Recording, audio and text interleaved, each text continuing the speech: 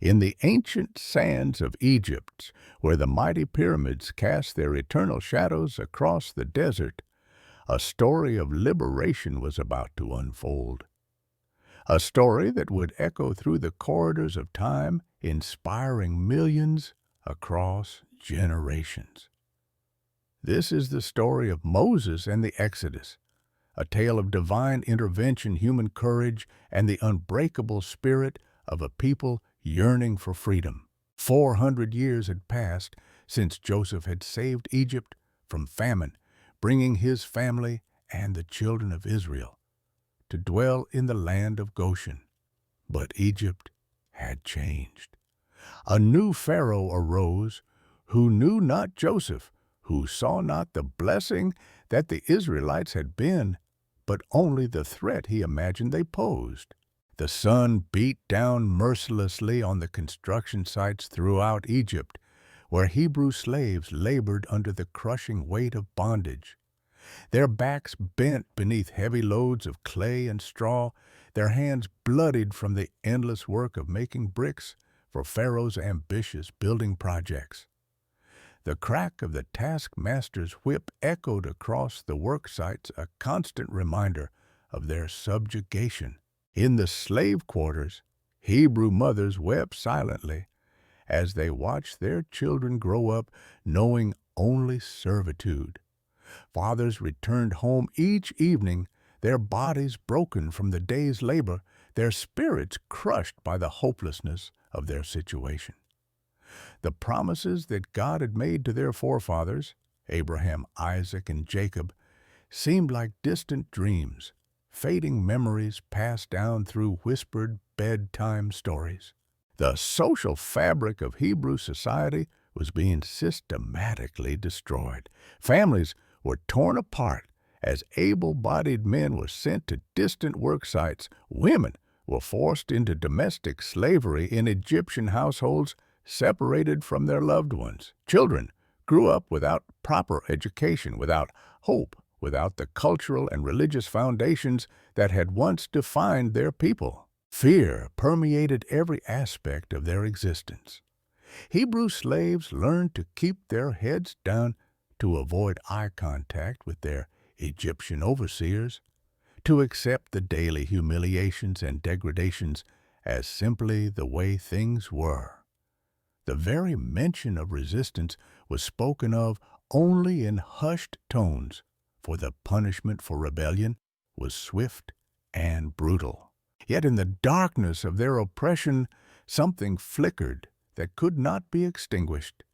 In secret gatherings, in whispered prayers, in the quiet moments before dawn, the Hebrew people clung to the ancient promises. They remembered the covenant God had made with their ancestors. They recalled the words spoken to Abraham that his descendants would be strangers in a foreign land, that they would be afflicted for 400 years, but that God would judge the nation that enslaved them and bring them out with great substance. The psychological weight of slavery was perhaps even heavier than the physical burden. Generation after generation had been born into bondage, and many had begun to believe that this was their natural state. The concept of freedom seemed as foreign and impossible as the idea of flying to the moon. Some had internalized their oppression so deeply that they couldn't imagine any other existence. But God was not absent from their suffering. Though it seemed that heaven was silent, though the promises appeared forgotten, the Almighty was watching, waiting, preparing. The cries of his people rose to him like incense, and their tears were collected in his bottle. The time of deliverance was drawing near, though none could have imagined the extraordinary way in which it would come. In the Hebrew quarter of Goshen, elderly storytellers would gather children around flickering oil lamps and tell them of better days. They spoke of Abraham's journey from Ur, of Isaac's miraculous birth, of Jacob's wrestling with the angel. They reminded the young ones that they were not merely slaves. They were the chosen people of the Most High God, heirs to promises that seemed impossible but were certain to be fulfilled. The physical conditions of their slavery were deplorable. Hebrew families were crammed into inadequate housing, given barely enough food to sustain their labor, and denied a basic medical care. Malnutrition was common disease, spread quickly through their cramped quarters, and the mortality rate among Hebrew slaves was appallingly high. Yet they endured, sustained by an inner strength that their oppressors could never understand or destroy. Egyptian society looked upon the Hebrews with a mixture of contempt and fear. The Egyptians saw them as an inferior race, suitable only for manual labor. Yet they also feared their numbers and their potential for rebellion. This fear would eventually lead to even more severe measures, setting the stage for the dramatic events that were to come. In the midst of this oppression, Hebrew priests and elders maintained their religious traditions in secret. They circumcised their sons, observed their holy days as best they could, and passed down the oral traditions that connected them to their heritage.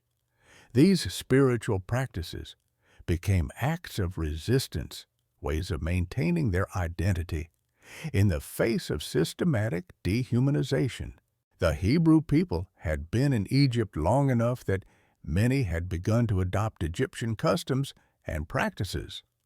Some had intermarried with Egyptians, some had risen to positions of minor authority within the slave system, and some had even begun to worship Egyptian gods alongside, or instead of, the God of their fathers. This spiritual drift added another layer of complexity to their situation, as they were losing not only their freedom, but also their distinct identity as God's chosen people. Yet the faithful remnant persevered. In hidden gatherings, they would recite the names of their ancestors, rehearse the promises God had made, and pray for deliverance. They didn't know when it would come or how it would happen, but they held fast to the belief that their God was faithful and would not abandon them forever. The economic system of Egypt depended heavily on Hebrew slave labor. They built the treasure cities of Pithom and Ramses, constructed monuments to Pharaoh's glory, and maintained the infrastructure of the kingdom. The irony was that the very people the Egyptians despised had become essential to their prosperity. This economic dependence would later play a crucial role in Pharaoh's reluctance to let the Hebrew people go. As the years passed and the oppression intensified, the Hebrew people began to experience a phenomenon common among oppressed populations. They began to turn on each other. Stress, desperation, and the constant struggle for survival led to conflicts within their own community. Some became informants for the Egyptians, hoping to gain favor or slightly better treatment. Others became bitter and cynical, losing faith, not only in God, but in their fellow Hebrews as well. The women of Israel bore a particular burden during this time. Not only did they suffer the general oppression of slavery, but they also faced the additional challenges of bearing and raising children in such harsh conditions. Many Hebrew mothers had to watch helplessly as their children were taken away to work at increasingly young ages, never to return home. The maternal bonds that are so fundamental to human society were constantly under assault by the brutal realities of slave life. Despite all of this suffering, or perhaps because of it, a deep longing for deliverance began to grow in the hearts of the Hebrew people. This longing was not just for freedom from physical bondage, but for restoration of their dignity, their identity, and their relationship with God. They yearned for a leader who could guide them out of their misery, someone who could stand up to the mighty Pharaoh and his gods, someone who could restore the glory of Israel. This was the world into which Moses would be born, a world of crushing oppression, of systematic dehumanization, of seemingly hopeless bondage. But it was also a world where faith flickered in the darkness, where ancient promises were whispered in secret, where the stage was being set for one of the greatest demonstrations of divine power in human history. The Hebrew people didn't know it yet, but their cries had reached the throne of the Almighty. Their suffering had not been ignored. Their prayers had not fallen on deaf ears, and their wait for deliverance was almost over. The God of Abraham, Isaac, and Jacob was about to act in a way that would shake the foundations of the most powerful empire in the world and establish forever his reputation as the God who hears the cry of the oppressed and delivers those who call upon his name. Pharaoh's paranoia had reached new heights. The Hebrew population continued to grow despite their harsh treatment, and this growth struck fear into the heart of the Egyptian ruler. "Look," he said to his people, "the Israelites have become far too numerous for us. If war breaks out, they will join our enemies, fight against us, and leave the country." But his real fear was not that they would leave. It was that they might rise up and overcome their oppressors. In his cruel calculation, Pharaoh devised a plan of genocide that would solve his perceived problem once and for all. He summoned the Hebrew midwives Shiphrah and Puah women, who had earned respect among their people for their skill in helping Hebrew women through childbirth. His command was simple and horrifying. When you are helping the Hebrew women during childbirth, on the delivery stool, if you see that the baby is a boy, kill him. But if it is a girl, let her live. But Pharaoh had underestimated the faith and courage of these Hebrew women. Shiphrah and Puah feared God more than they feared Pharaoh, and they refused to carry out his murderous decree. They allowed the Hebrew boys to live inventing excuses when questioned by Egyptian officials. "Hebrew women are not like Egyptian women," they told Pharaoh.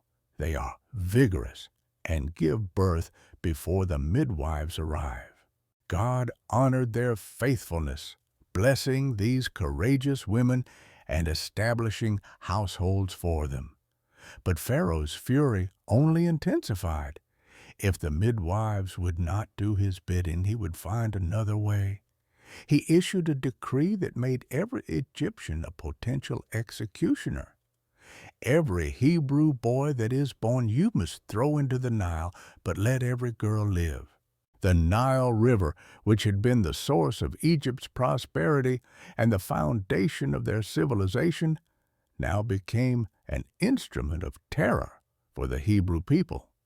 Egyptian soldiers patrolled the Hebrew quarters, listening for the cries of newborn boys ready to snatch them from their mothers' arms and cast them into the sacred river that was home to crocodiles and other deadly creatures.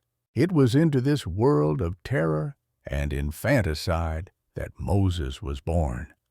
His parents, Amram and Jochebed, were from the tribe of Levi, descendants of Jacob's priestly son. They were people of faith who, despite the overwhelming darkness surrounding them, still believed in the promises of God and the eventual deliverance of their people. When Jochebed gave birth to Moses, she saw that he was a fine child. The Hebrew text suggests there was something special about him, something that marked him as different from other children. Perhaps it was an unusual beauty or an aura of strength and destiny that even a newborn could somehow display. Whatever it was that Jochebed perceived, She was convinced that this child was meant for something greater than death in the Nile. For 3 months, she managed to hide Moses in their home. But as he grew stronger and his cries grew louder, it became increasingly difficult to conceal his presence from the Egyptian patrols. Hebrew neighbors lived in constant fear that a crying baby would bring soldiers to their door, resulting in death not just for the child, but potentially for the entire family found harboring him. Jochebed knew that she could not hide Moses indefinitely. The time would come when discovery was inevitable, and when that happened, both she and her child would face certain death. Yet her faith led her to a plan that seemed foolhardy by human logic, but was brilliant by divine inspiration. If Pharaoh decreed that Hebrew boys must be cast into the Nile, then she would cast her son into the Nile, but in such a way that might preserve his life rather than end it. With her own hands, Jochebed wove a basket from papyrus reeds, the same material used to make the boats that plied the Nile. She carefully waterproofed it with tar and pitch, creating a vessel that could float on the river's surface. This wasn't just a basket. It was an ark using the same Hebrew word that would later be used to describe Noah's ark. Like Noah's vessel, this small ark was designed to preserve life in the midst of overwhelming destruction. The choice of location for this desperate act of faith was inspired. Jochebed knew that Pharaoh's daughter regularly came to a particular stretch of the Nile to bathe. This was not mere coincidence, but careful planning. If the basket were discovered by ordinary Egyptians, the baby would certainly die. But if it were found by royalty, there might be a chance for mercy. With trembling hands and a breaking heart, Jochebed placed her precious son in the waterproof basket and set it among the reeds at the edge of the Nile. She positioned it carefully, ensuring it would be visible to anyone coming to that part of the river, while keeping it protected from the stronger currents that might carry it away or overturn it. Miriam, Moses' older sister, was stationed at a distance to watch what would happen to her baby brother. This young girl showed remarkable courage and presence of mind, following the basket and preparing to act when the crucial moment arrived. Her vigil represented the hope and anxiety of the entire Hebrew family, and perhaps symbolically of the entire Hebrew nation, waiting to see whether God would indeed provide deliverance for his people. When Pharaoh's daughter came down to the Nile for her daily bath, she spotted the basket among the reeds. Curiosity compelled her to send one of her attendants to retrieve it. As she opened the basket and saw the crying Hebrew baby inside, something extraordinary happened in her heart. The text tells us that she felt sorry for him. Compassion overcame political calculation. Humanity triumphed over hatred. "This is one of the Hebrew babies," she said, recognizing immediately what she had found. By all rights, she should have allowed the child to be cast into the river as her father had decreed, but instead she chose mercy. Perhaps she saw in the baby's face something that stirred her maternal instincts. Perhaps she was moved by the obvious care with which the basket had been prepared. Perhaps she was simply a woman of compassion who could not bear to see an innocent child suffer for the fears and prejudices of adults. This was the moment Miriam had been waiting for. With remarkable boldness for such a young girl, she approached the Egyptian princess and offered a solution. "Shall I go and get one of the Hebrew women to nurse the baby for you?" It was a brilliant strategy that accomplished multiple objectives. It would ensure the baby's survival, reunite him with his birth mother, and place him under the protection of the royal household.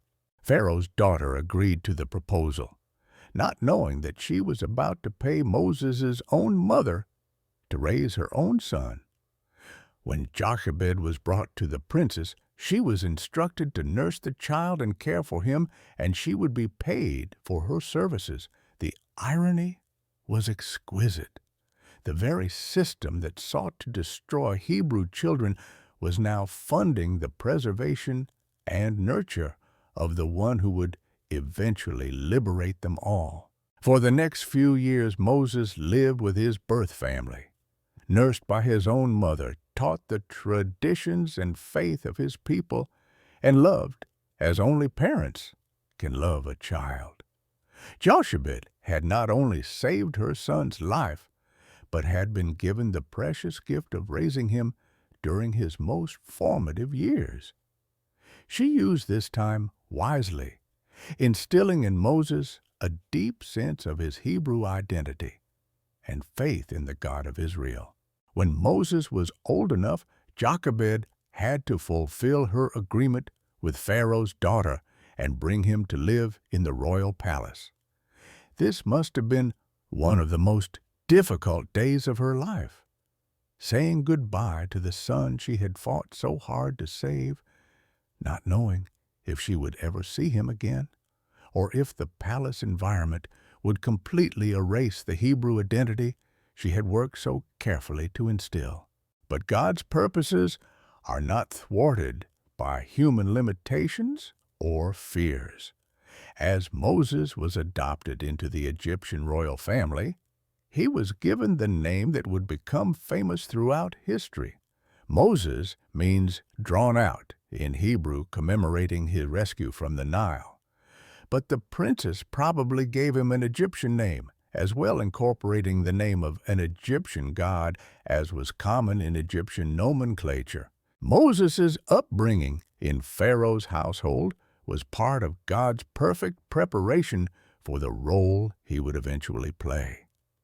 He received the finest education available in the ancient world, learning mathematics, astronomy, literature, and the arts of war and governance. He became familiar with Egyptian religion, politics, and culture. He learned to read and write skills that would later prove invaluable in recording God's law for the Hebrew people.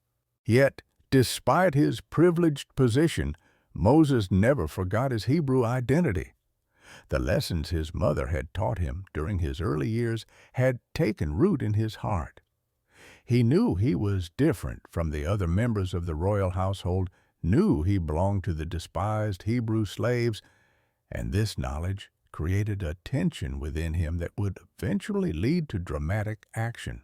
The psychological development of Moses during these years must have been complex and challenging. On one hand, he enjoyed all the privileges of Egyptian royalty, the finest food, clothing, education, and entertainment that the ancient world could provide. On the other hand, he was aware that his people were suffering under brutal oppression, and he could see their misery firsthand whenever he left the palace confines. Stephen, in his speech recorded in the book of Acts, tells us that Moses was educated in all the wisdom of the Egyptians and was powerful in speech and action. He became a man of substance and influence within Egyptian society. Yet this position only intensified his awareness of the injustice being perpetrated against his own people. The preservation of Moses through the treacherous waters of the Nile was a miracle that would later take on profound symbolic meaning. Just as he had been saved from the waters of death as an infant, Moses would eventually lead his people through the waters of the Red Sea to freedom. The water that was meant to destroy him became the vehicle of his salvation, foreshadowing the greater deliverance he would accomplish for his entire nation. God had protected Moses not only from Pharaoh's decree of infanticide, but also from the potential corruption of the Egyptian palace. Despite being raised in an environment that promoted the worship of false gods and the oppression of Hebrew slaves, Moses maintained his sense of justice and his connection to his Hebrew identity. This was no accident, but the result of divine preservation and the faithful instruction of his mother during those crucial early years. As Moses grew to manhood, the stage was being set for his eventual confrontation with the very system that had raised him. The Hebrew boy who had been drawn out of the water was being prepared to draw his entire nation out of bondage. The child who had been saved by divine intervention was being equipped to become an instrument of divine deliverance on a scale the world had never seen. The faith of Moses' parents and sister had played a crucial role in this divine plan. Their willingness to trust God in impossible circumstances, their courage to act when action seemed futile, and their refusal to accept defeat had created the opening through which God could work. They demonstrate that ordinary people, when motivated by faith and love, can become partners with the Almighty in accomplishing extraordinary things. As Moses matured into manhood, the conflict within his soul intensified. He was no longer the infant saved from the Nile, nor the child protected in his mother's arms. He had become a man of influence and education, raised in luxury and power, yet increasingly burdened by the suffering of his own people. The comfortable walls of the palace could not shield him from the reality of Hebrew oppression that lay just beyond the royal gates. The internal struggle that Moses experienced during this period was profound and life-changing. By day, he participated in the refined culture of the Egyptian court, discussing philosophy with scholars, practicing military arts with the king's guards, and learning the intricate arts of governance and diplomacy. By night, the cries of his enslaved kinsmen haunted his dreams, and the memories of his mother's whispered stories about the God of Abraham, Isaac, and Jacob stirred his conscience. Egyptian education had given Moses a comprehensive understanding of the ancient world. He had studied the religious systems of various cultures, the military tactics of great generals, the administrative policies that governed vast empires, and the literary achievements of civilizations across the known world. Yet all of this knowledge seemed hollow when contrasted with the simple but powerful faith his mother had taught him during those early precious years. The psychological tension Moses experienced was similar to what many people face when they find themselves in positions of privilege while their people suffer injustice. He could have chosen the easy path, remaining silent about his Hebrew oppression, enjoying his comfortable position, and focusing on his own advancement within Egyptian society. Many people in similar situations have made exactly that choice, prioritizing personal benefit over moral responsibility. But Moses was being shaped by divine purposes that went far beyond his own comfort or success. The God who had preserved him in the basket on the Nile was now preparing his heart for a much greater deliverance. The process was not easy or pleasant. It involved the painful awakening of social consciousness and the development of moral courage that would ultimately cost him everything he had known and valued. The turning point came when Moses was about 40 years old. He had reached the age of full maturity and maximum influence within Egyptian society. Perhaps he had been hoping to use his position to gradually improve conditions for the Hebrew slaves to work within the system for incremental change. But on one fateful day, his careful balance between Egyptian privilege and Hebrew identity was shattered forever. Moses ventured out from the palace to observe the Hebrew work sites, something he had apparently done before.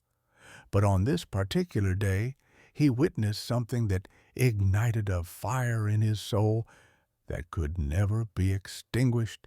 He saw an Egyptian taskmaster brutally beating a Hebrew slave, and something inside Moses snapped. All the years of suppressed anger, accumulated guilt, and moral outrage exploded in a moment of righteous fury. Looking around to ensure he was not being observed, Moses struck down the Egyptian and buried his body in the sand. This was not merely a crime of passion, but a deliberate choice that changed the entire trajectory of his life. In that moment, Moses chose his people over his privilege, his heritage over his comfort, and justice over safety. He crossed a line from which there could be no return. The act itself reveals much about Moses' character and state of mind. He was not simply acting on impulse, but was making a calculated decision to intervene on behalf of his oppressed kinsmen. The fact that he looked around before acting shows he understood the gravity of what he was doing and the consequences he would face if discovered. Yet he chose to act anyway, demonstrating the moral courage that would characterize his entire ministry. However, Moses soon discovered that his act of intervention was not as secret as he had hoped. The next day, when he attempted to mediate a dispute between two Hebrew men, one of them challenged him, "Who made you ruler and judge over us? Are you thinking of killing me as you killed the Egyptian?" The words struck Moses like a physical blow. His secret was out, and his position was now precarious beyond imagination. The Hebrew's question was loaded with meaning beyond the immediate situation. "Who made you ruler and judge over us?" The man was not merely challenging Moses' authority to intervene in their dispute, he was questioning Moses' right to represent Hebrew interests at all. Despite being a Hebrew by birth, Moses' privileged upbringing had created a gulf between him and his people that could not be easily bridged.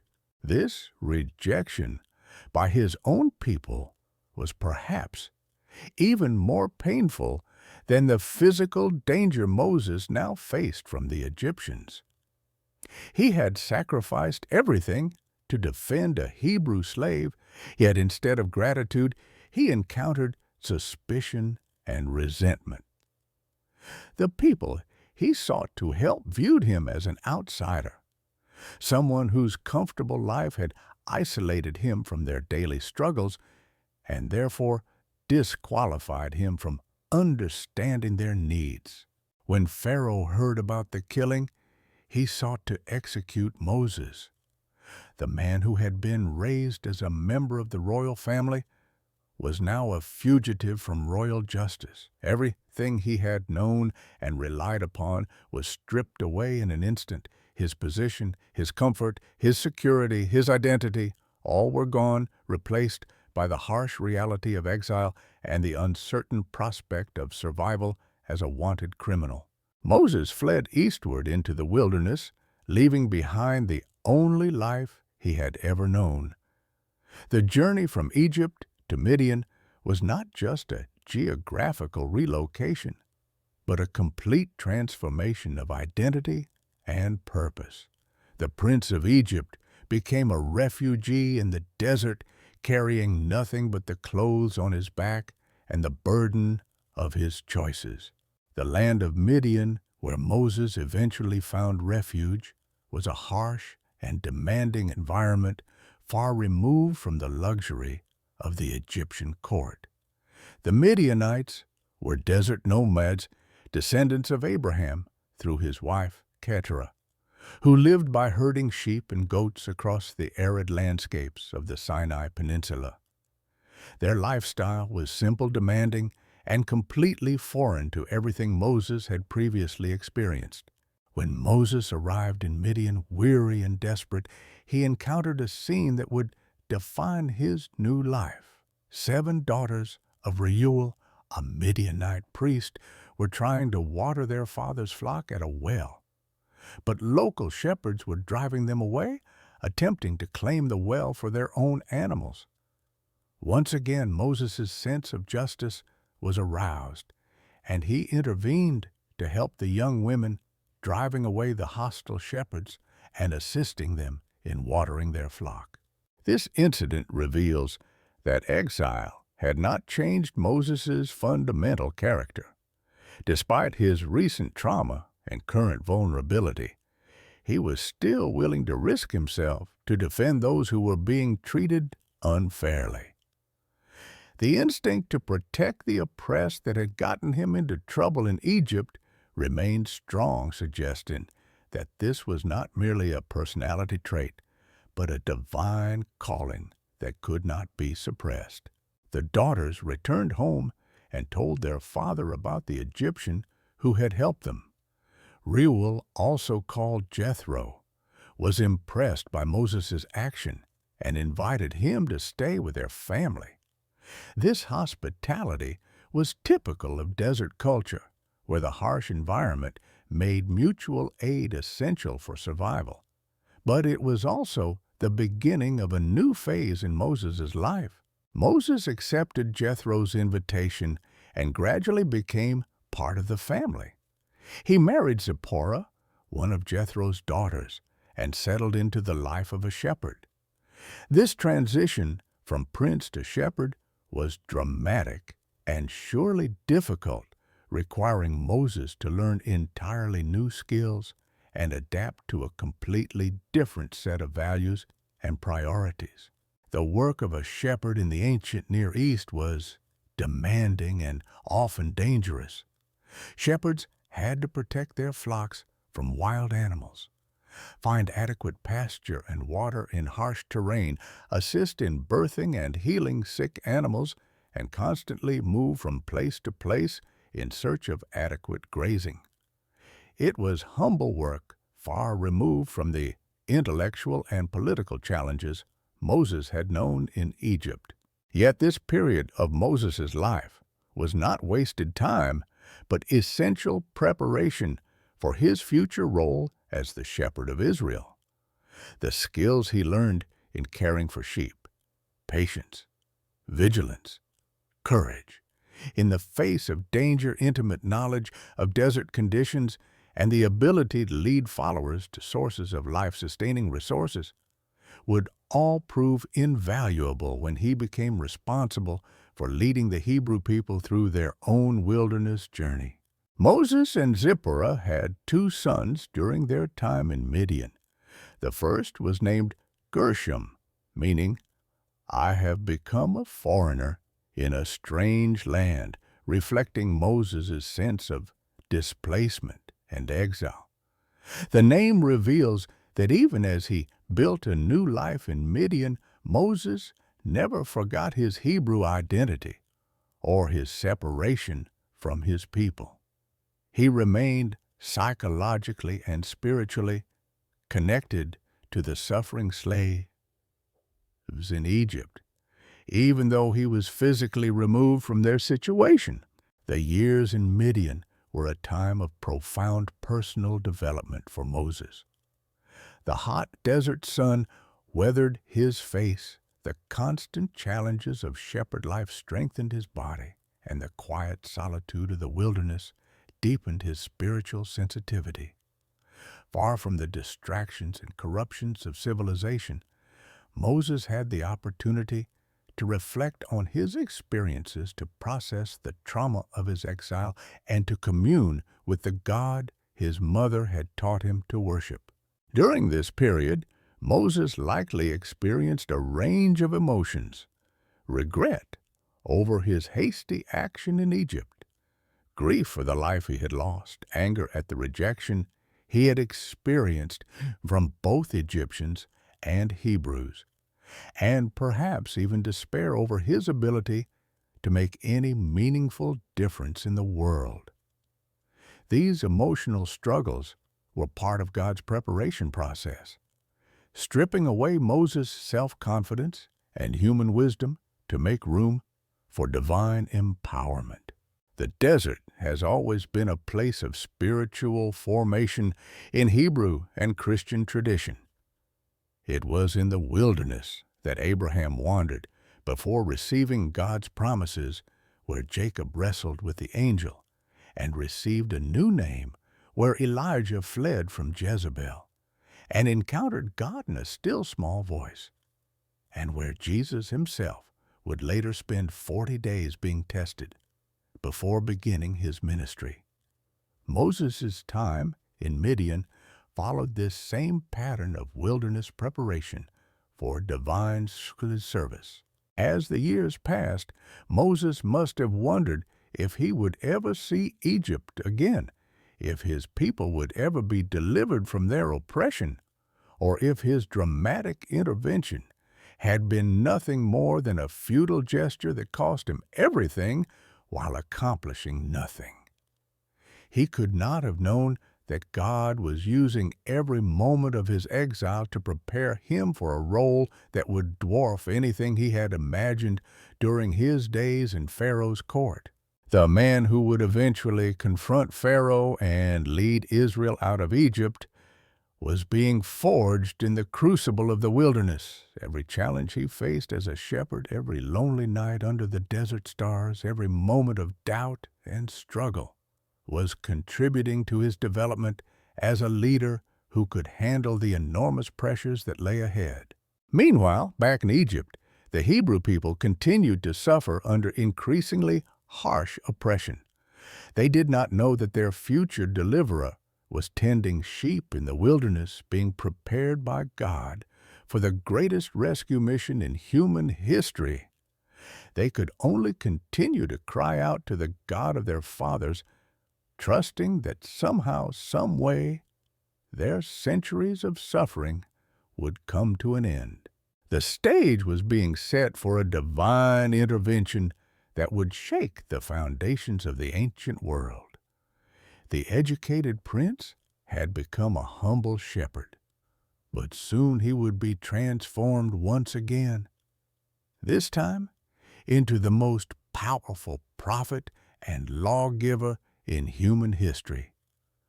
The burning bush was waiting somewhere in the desert, and with it the moment that would change everything. 40 years had passed since Moses fled Egypt as a fugitive. 4 decades of desert life had transformed the impulsive prince into a seasoned shepherd, a man weathered by sun and wind, shaped by solitude and the harsh realities of wilderness survival. He was now 80 years old, an age when most men would be settling into retirement and reflecting on their accomplishments. But God was just beginning to reveal his purpose for Moses' life. On what seemed like an ordinary day, Moses was tending his father-in-law's flock in the far reaches of the desert, leading them to Horeb, the mountain of God. This was rugged terrain, far from human habitation, where the silence was broken only by the bleating of sheep and the whisper of wind through the rocky crevices. It was here in this remote and desolate place that the course of human history would be forever altered. As Moses guided his flock across the wilderness, something extraordinary caught his attention. In the distance, he saw a bush that appeared to be on fire, its branches engulfed in flames that danced and flickered in the desert air. Fire was not uncommon in this dry landscape. Bushes could ignite from lightning strikes or the intense heat of the sun focused through dewdrops or crystal formations. But this fire was different. Moses watched in amazement as the bush continued to burn without being consumed. The flames danced across its branches, yet the foliage remained green and intact. This was clearly no ordinary fire, and Moses' curiosity was irresistibly aroused. Here was something that defied natural law, a phenomenon that demanded investigation. With the instincts of a man trained in Egyptian wisdom and 40 years of desert observation, Moses decided to examine this strange sight more closely.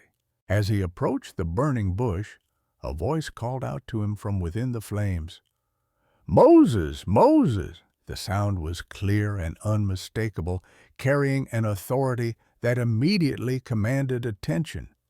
Moses responded with simple obedience, "Here I am." These words would prove to be more significant than he could have imagined, for they represented his willingness to be available to God's purposes, whatever they might entail. "Do not come any closer," the voice commanded. "Take off your sandals, for the place where you are standing is holy ground." In that instant, Moses understood that he was not merely witnessing an unusual natural phenomenon, but was in the presence of the divine.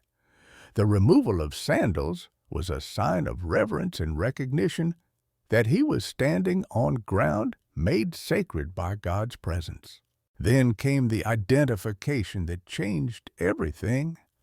"I am the God of your father, the God of Abraham, the God of Isaac, and the God of Jacob." This was not some unknown deity or desert spirit, but the God of his ancestors, the God his mother had told him about during those precious early years, the God whose promises to the Hebrew people seemed to have been forgotten during their centuries of oppression. Moses hid his face, overwhelmed by the realization that he was in the presence of the Almighty. The casual curiosity with which he had approached the burning bush was replaced by a holy fear and reverence. He understood intuitively that this encounter would demand everything of him, that his comfortable life as a shepherd was about to end forever. God's message was both comforting and challenging.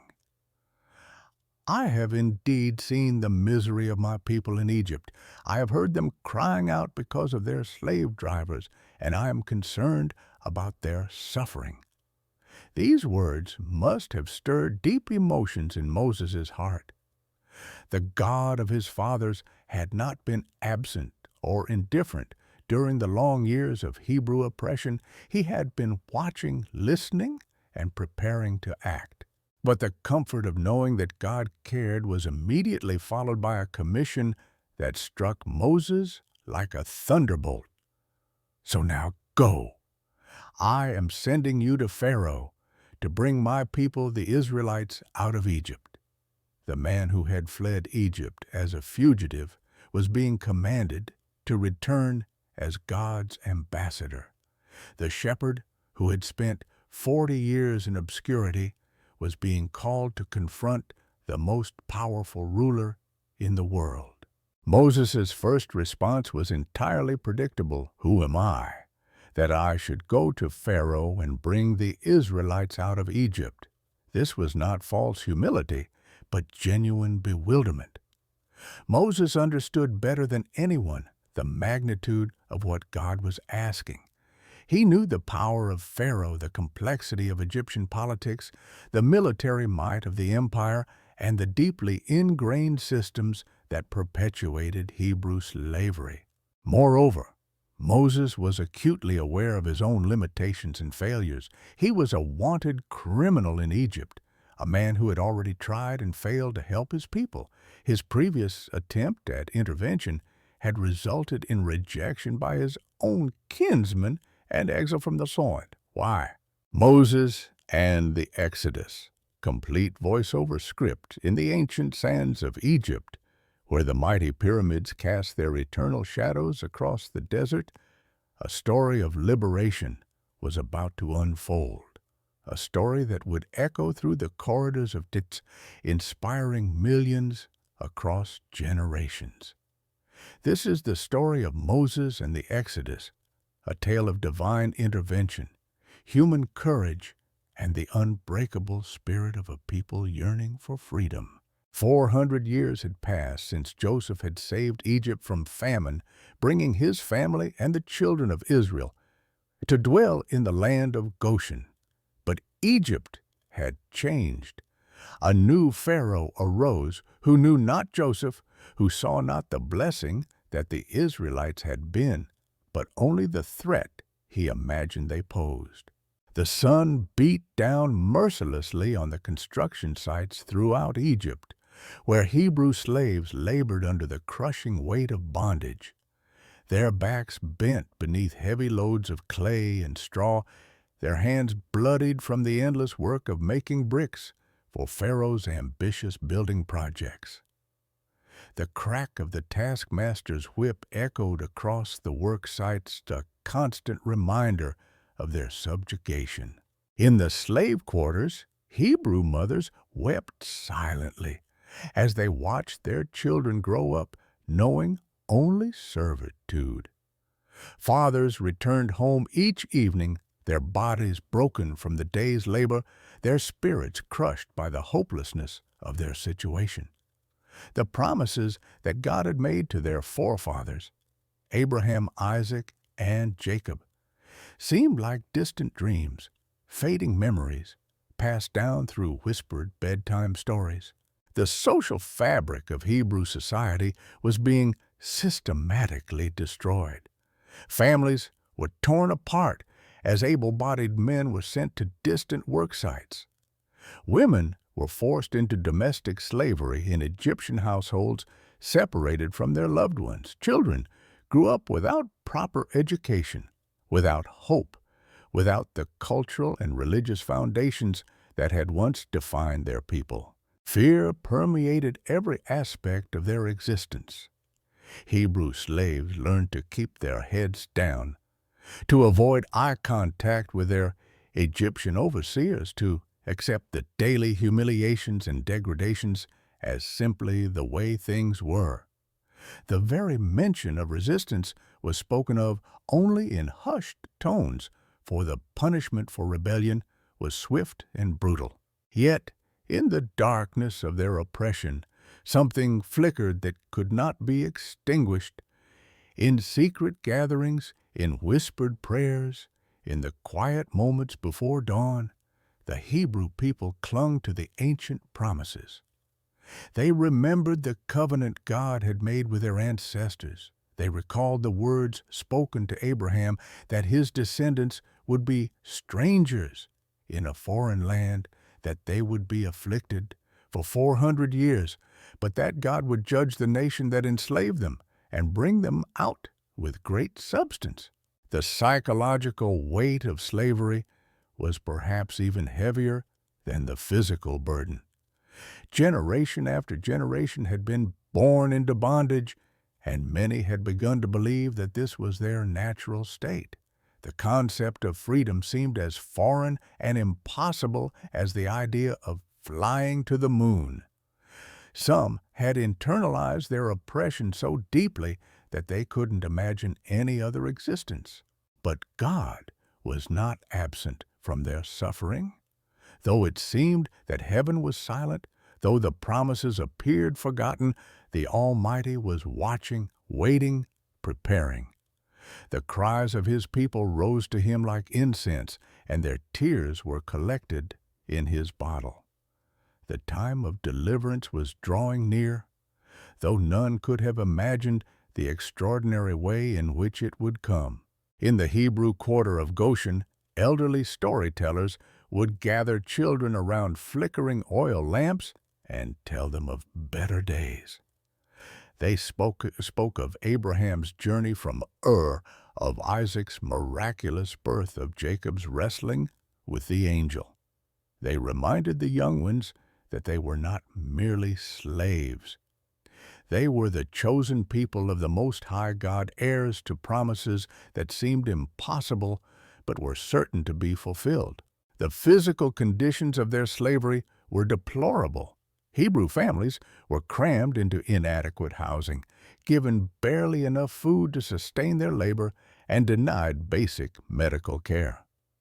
Malnutrition was common disease, spread quickly through their cramped quarters, and the mortality rate among Hebrew slaves was appallingly high. Yet they endured, sustained by an inner strength that their oppressors could never understand or destroy.